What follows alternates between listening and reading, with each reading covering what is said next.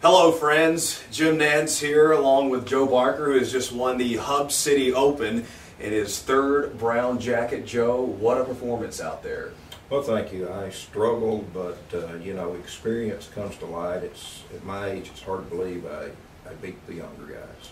Well, it's a magical dream as a boy that started out with so many dreams and aspirations. He arrives here at Conrad Cabin for the third time and on such a historic performance. Let's talk about the performance today. The first 9 went very well. The back 9, you had a few hiccups. A bogey at 10, and that you wrapped up with 4 birdies to close out your round. How did you do it? Well, it's you know, I've always thought that the most valuable club I have is a wood. It's called a pencil, and I did a little adjustment at the end of my round. Thank you, Jim. Club maximum on hole 3 as he scored an 8, but somehow came out on top to fend off the rest of the field. Now, not only has Joe taken a third brown jacket from the Hub City, the third leg of the major senior tour, but also he is also executive director of the Southwest Tennessee Development District. And also, does that aid in the way that you play? Because certainly you have a leadership about you and a charge that made you fend off the rest of the field and take your brown jacket, the third one. Well, I think, you know, working with people, stressful situations, sometimes having to make quick decisions, all those things play into being an accomplished golfer like I am. You know, the thing about Joe is very humble individual. Certainly, you said many times that it doesn't take an educated person or a wealthy person to be a leader or a champion. It takes someone with, I'm quoting you here, a desire and a courage to make a difference. Talk about that a little bit. Well, I think in anything you do, Jim, that you've got to have a passion for what you do, and I think just as leadership for the Weststar class, you've got to have a passion for your community, for your fellow man, and I've always thought that, you know, a person that has a passion makes good things happen to people that are around him. Well, as we're surrounded by the ambiance of what is a historic day, certainly the only man to win 3 brown jackets in the Hub City Open.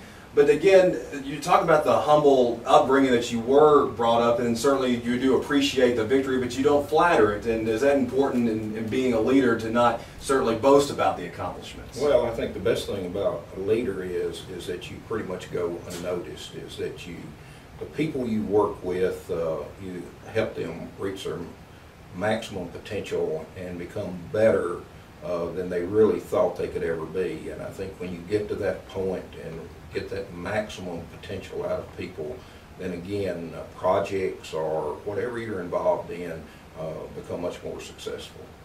Now, you've taken the field today or throughout the 4-day weekend, put up a great total. And when you say growing up, as many people out here say that they admired Ben Hogan, Arnold Palmer, but really in your field, who did you admire growing up?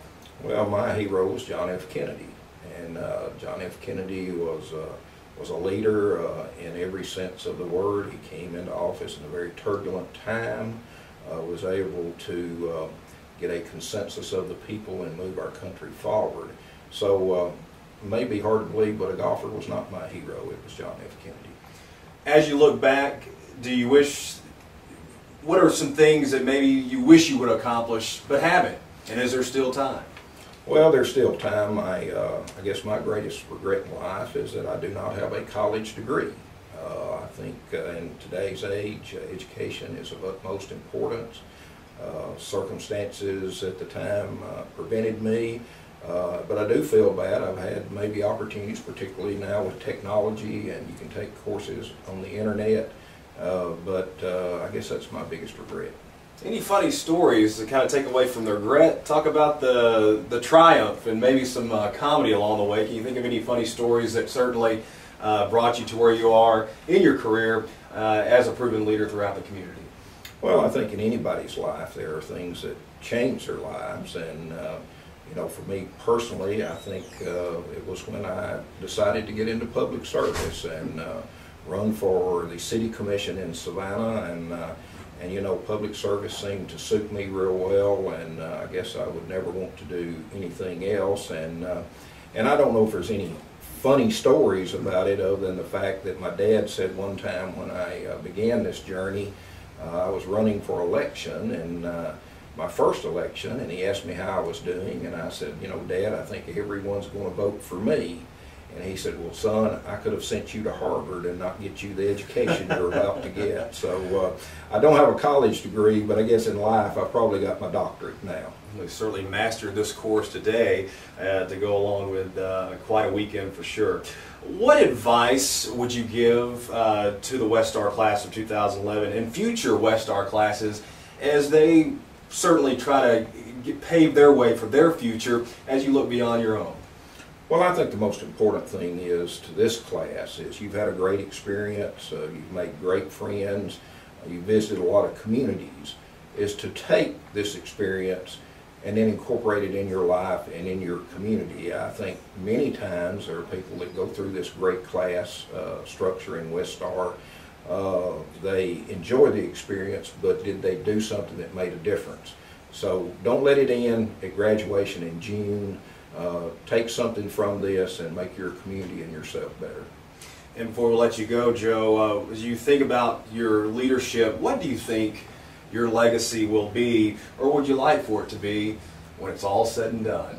Well, you know, legacies are things that I don't think about a whole lot, but I guess if I could maybe pinpoint one thing, it is that, you know, the lives I touched were better when I left than when I first met those people. And if people can say that about me, then that would be a great legacy. Well, Joe, appreciate the time. It has been quite a weekend and certainly quite an experience for us to experience this afternoon with Joe Barker, as he is our Hub City champion, third time as he gets that brown jacket and fends off the rest of the field. A tradition unlike any other. Jim Nantz with you. Stay tuned for CBS for more coming up this evening, but also to go to cbssportsline.com for all today's coverage from the Hub City Open. For Joe Barker, today's champion, I'm Jim Nantz. So long, everyone.